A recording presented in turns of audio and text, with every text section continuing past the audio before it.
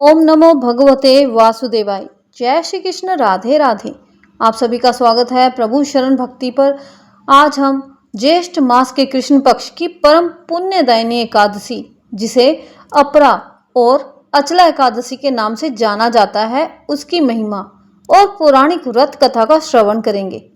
ये एकादशी अपार धन और पुण्य देने वाली है, जो मनुष्य के भयंकर पापों का नाश कर उसे प्रेत योनि से भी मुक्ति दिलाती है। कथा का पूर्ण फल पाने के लिए कथा को अंत तक अवश्य सुने। तो चलिए ज्येष्ठ मास की कृष्ण पक्ष की अचला एकादशी की व्रत कथा का रसपान करते हैं।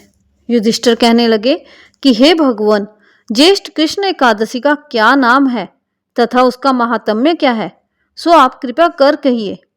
श्री कृष्ण भगवान कहने लगे कि राजन, इस एकादशी का नाम अपरा एकादशी है, क्योंकि ये अपार धन देने वाली है।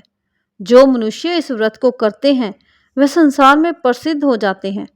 अपरा एकादशी के व्रत के प्रभाव से ब्रह्म हत्या, भूत योनि, दूसरे की निंदा आदि के सब पाप दूर हो जाते हैं। इस व्रत के करने से पर स्त्री गमन, झूठी गवाही देना, झूठ बोलना, झूठे शास्त्र पढ़ना या बनाना, झूठा ज्योतिषी बनना तथा झूठा वैद्य बनना आदि सब पाप नष्ट हो जाते हैं। जो क्षत्रिय युद्ध से भाग जाए वह नरकगामी होते हैं, परंतु अपरा एकादशी का व्रत करने से वह भी स्वर्ग को प्राप्त होते हैं। जो शिष्य गुरु से विद्या ग्रहण करते हैं और फिर उनकी निंदा करते हैं वह अवश्य नरक में पड़ते हैं, मगर अपरा एकादशी का व्रत करने से वह भी इस पाप से मुक्त हो जाते हैं। जो फल तीनों पुष्कर में कार्तिक पूर्णिमा को स्नान करने से या गंगा तट पर पितरों को पिंड दान करने से प्राप्त होता है, वही अपरा एकादशी का व्रत करने से प्राप्त होता है। मकर के सूर्य में प्रयागराज के स्नान से, शिवरात्रि का व्रत करने से, सिंह राशि के बृहस्पति में गोमती नदी के स्नान से, कुंभ में केदारनाथ के दर्शन या बद्रीनाथ के दर्शन, सूर्य ग्रहण में कुरुक्षेत्र के स्नान से, स्वर्ण अथवा हाथी घोड़ा दान करने से, यज्ञ में स्वर्ण दान करने से अथवा अर्ध प्रसूता गोदान से जो फल मिलता है वही फल अपरा एकादशी के व्रत से मिलता है। ये व्रत पाप रूपी वृक्ष को काटने के लिए कुल्हाड़ी है। पाप रूपी ईंधन को जलाने के लिए अग्नि, पाप रूपी अंधेरे के लिए सूर्य के समान, मृगों को मारने के लिए सिंह के समान है।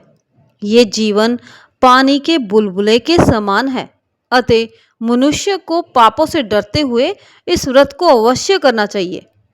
अपरा एकादशी का व्रत तथा भगवान का पूजन करने से मनुष्य सब पापों से छूटकर विष्णु लोक को जाता है। हे राजन, ये अपरा एकादशी की कथा मैंने लोक हित के लिए कही है। इसको पढ़ने अथवा सुनने से मनुष्य सब पापों से छूट जाता है। प्राचीन काल में महिध्वज नाम का धर्मात्मा राजा राज्य करता था। विधि की विडंबना देखिए कि उसी का छोटा भाई व्रजध्वज बड़ा ही क्रूर, अधर्मी तथा अन्यायी था। वह अपने बड़े भाई को अपना बैरी समझता था। उसने एक दिन मौका पाकर अपने बड़े भाई राजा महिध्वज की हत्या कर दी और उसके मृत शरीर को जंगल में पीपल के वृक्ष के नीचे गाड़ दिया। राजा की आत्मा पीपल पर वास करने लगी और आने जाने वालों को सताने लगी। अचानक ही एक दिन धौम्य ऋषि उधर से गुजर रहे थे। उन्होंने तपोवन से प्रेत के उत्पाद का कारण तथा उसके जीवन वृत्तांत को समझ लिया। ऋषिवर ने प्रसन्न होकर प्रेत को पीपल के वृक्ष से उतारकर परलोक विद्या का उपदेश दिया। अंत में ऋषि ने प्रेत योनि से मुक्ति पाने के लिए अचला एकादशी व्रत करने को कहा। अचला एकादशी व्रत करने से राजा दिव्य शरीर धारण कर स्वर्ग लोक को चला गया। भगवान विष्णु, माँ लक्ष्मी की कृपा सदा आप और आपके परिवार पर बनी रहे।